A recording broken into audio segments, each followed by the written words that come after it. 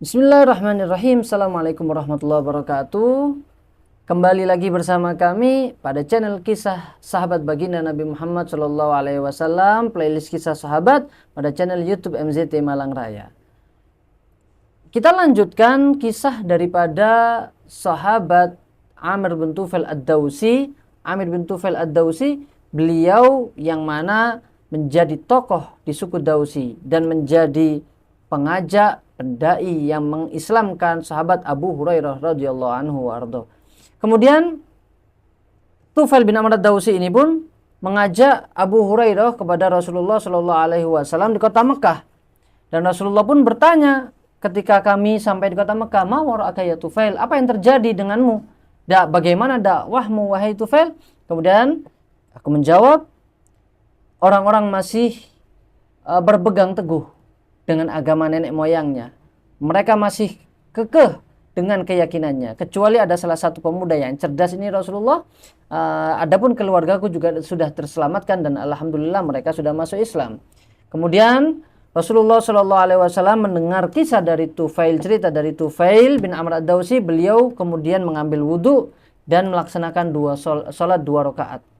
Setelah itu Rasulullah pun mengangkat tangannya usai sholat berdoa yang tidak didengar oleh Tufail bin Amr ad-Dawsi dan Abu Hurairah. Kemudian Abu Hurairah yang saat itu masih remaja, beliau khawatir, saya takut Rasulullah mendoakan umatku atau mendoakan kaumku agar dibinasakan oleh Allah Subhanahu wa taala. Tapi ternyata setelah Rasulullah selesai berdoa, Abu Hurairah bertanya, ya Rasulullah, apa yang kau doakan untuk kaumku, untuk umatku wahai Rasulullah? Ternyata Rasulullah berdoa untuk kebaikan suku Daus. Beliau berdoa, Allahumma hdi Dausan, Allahumma hdi Dausan, Allahumma hdi Dausan. 3 kali Rasulullah berdoa untuk suku Dausi agar mereka diberikan hidayah oleh Allah Subhanahu wa taala. Kemudian Rasulullah pun beliau memerintahkan Tufail untuk kembali kepada kaumnya dan melanjutkan dakwahnya. Ketika Tufail kembali berdakwah di tengah kaumnya, terus sehari-harinya dia gunakan untuk berdakwah, Rasulullah pun tidak lama setelah itu berhijrah ke kota Madinah. Rasulullah sudah berada di kota Madinah dan Tufail masih berada di kota Ad-Daus, di daerah Daus, sehingga dia pun melewatkan beberapa peperangan yang diikuti oleh Rasulullah seperti perang Badar, perang Uhud, dan perang Khandaq. Namun setelah itu semuanya Tufail berangkat ke kota Madinah dan mengabarkan kepada Rasulullah Shallallahu Alaihi Wasallam, beliau beserta 80 kepala keluarga yang lainnya telah masuk Islam dan membawa mereka semuanya menuju kota Madinah dan siap untuk berperang bersama Rasulullah Shallallahu Alaihi Wasallam untuk menyebarkan agama Islam. Rasulullah pun memberikan bagian ghanimah, harta rampasan perang untuk mereka juga, sehingga Rasulullah pun sangat senang mendengar kabar gembira tersebut dan melihat Tufail bin Amr ad-Dawsi dengan 80 orang daripada kepala keluarga dari sukunya. Kemudian tidak lama setelah itu Tufail bin Amr ad-Dawsi memohon izin kepada Rasulullah, ya Rasulullah, tolong izinkan untukku agar aku menghancurkan, membinasakan sebuah berhala yang menjadi berhala utama dari suku Dawsi yang bernama Dzil Kafain. Kemudian Rasulullah pun mengizinkan Tufail bin Amr ad-Dawsi untuk membakar dan menghancurkan berhala tersebut, sehingga Tufail dan beberapa orang yang dari sukunya tadi kembali ke suku Dawsi untuk berniat menghancurkan berhala tersebut. Namun kaumnya, beberapa orang laki-laki dan kebanyakan dari perempuan dan anak-anak sudah menunggu Tufail. Mereka tahu bahwasanya Tufail akan menghancurkan berhala ini. Mereka mewanti-wanti dan menunggu jikalau Tufail sampai benar-benar berani menghancurkan berhala mereka mensumpah serapai, maka Tufail akan diberikan hukuman dan mendapatkan azab dari Tuhan yang mereka maksud. Kemudian Tufail pun dengan api amarah yang luar biasa, dengan keyakinan penuh, dengan keimanan yang sempurna kepada Allah Subhanahu wa taala, dia pun bersenandung juga menyairkan kata-kata untuk mengiringi pembakaran berhala tersebut. Ya dzal kafaini lastu min ibadika, wahai dzil kafain, aku bukanlah penyembahmu. Miladuna aqdamu min miladika, kelahiranku lebih dulu daripada kelahiranmu. engkau mengaku sebagai Tuhan, engkau diangkat sebagai Tuhan, inni hasyautun nara fi fuadika, maka ketahuilah saat ini aku akan menyalakan bara api untukmu dan engkau akan hangus terbakar, tidak tersisa sedikit pun. Sehingga sampai api berkobar dan api padam pun tidak ada sedikit pun apa yang melukai dan tidak ada azab, ancaman seperti yang dikhawatirkan oleh suku Ad-Dausi, sehingga mereka pun yakin bahwasanya Tufail berada pada kebenaran, Tufail berada di jalan yang benar, sehingga dia pun bisa mengislamkan seluruh daripada suku Ad-Dausi berkah juga daripada doa Rasulullah Shallallahu Alaihi Wasallam tatkala beliau berdoa, Allahumma hdi Dausan, Allahumma hdi Dausan, Allahumma hdi Dausan. Ya Allah, berikanlah hidayah untuk suku Ad-Dausi sehingga mereka pun seluruhnya 100% mereka masuk ke dalam agama Islam yang diridhai oleh Allah Subhanahu wa taala. Kemudian Tufail bin Amr Ad-Dausi pun terus hidup sampai pada zaman kekhalifahan Sayyidina Abu Bakar As-Siddiq, di mana beliau pun dan keluarganya dan anak-anaknya taat di bawah kepemimpinan dan perintah Khalifah Abu Bakar As-Siddiq radhiyallahu anhu warḍah. Sampai pada era di mana terjadinya perang Yamamah, di mana kaum muslimin berperang melawan Musailamah Al-Kadzab, maka Tufail bin Amr Ad-Dausi bersama anaknya Amr bin Tufail bin Amr Ad-Dausi mendaftarkan diri untuk ikut berperang, sehingga dia pun berdoa kepada Allah Subhanahu wa taala agar menjadi syahid di peperangan ini. Beliau berdoa agar mendapatkan kesyahidan di peperangan agama Islam.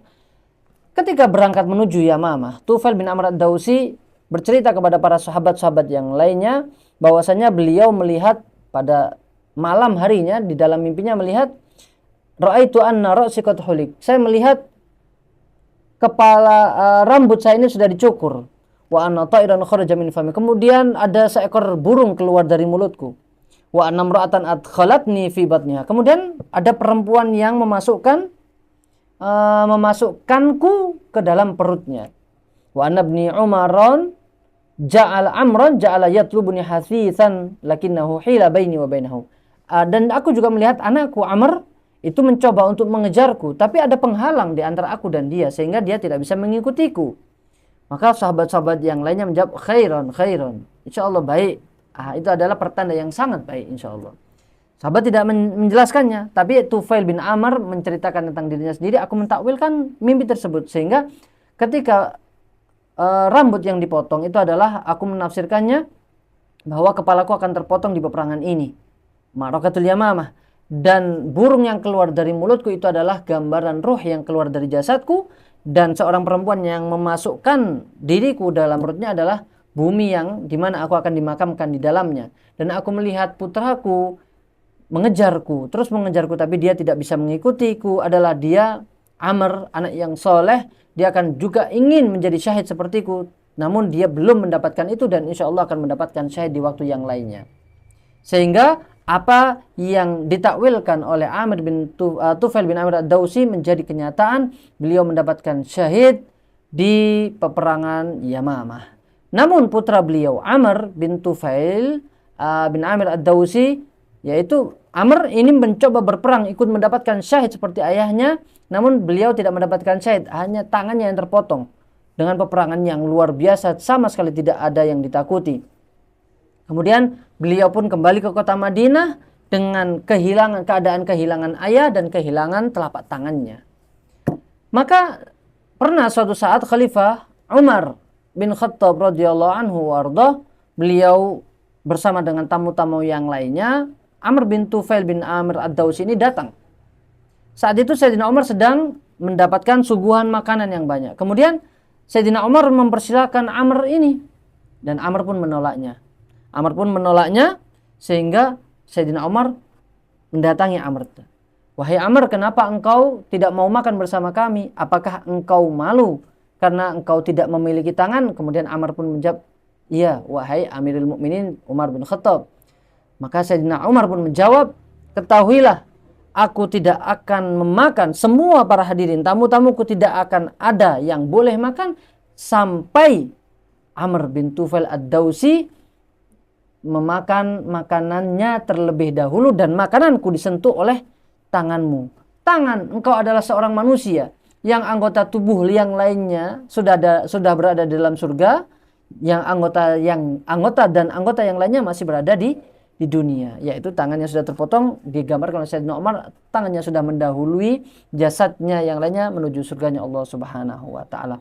Begitulah kisah para sahabat, sehingga Amr bin Tufail ad-Dausi ini pun mendapatkan syahid di peperangan Yarmuk pada masa era Khalifah Amirul Mukminin Umar bin Khattab radhiyallahu anhu warḍah, di mana mereka Sayyidina Tufail bin Amr ad-Dausi mendidik putra-putranya sehingga menjadi teladan, sehingga menjadi pribadi yang mau berjuang untuk Islam, sama sekali tidak gentar dengan apa yang diserang oleh kaum kafir Quraisy. Namun keimanan sudah begitu tertanam kepada keluarga beliau, karena beliau adalah seorang laki-laki yang cerdas, beliau seorang laki-laki yang menjadi pemimpin bagi keluarga dan kaumnya, yang mereka dekat dengan Rasulullah dan mendapatkan berkah doa daripada Kanjeng Nabi Muhammad sallallahu alaihi wasallam. Mudah-mudahan kita bisa mengikuti dan meneladani kisah-kisah para sahabat yang lainnya, dan kita juga bisa mendapatkan keberkahan dari mereka, yang tentunya keberkahan itu bersumber dari baginda Nabi Muhammad sallallahu alaihi wasallam. Wallahu musta'an alaihi tuklan. Assalamualaikum warahmatullahi wabarakatuh.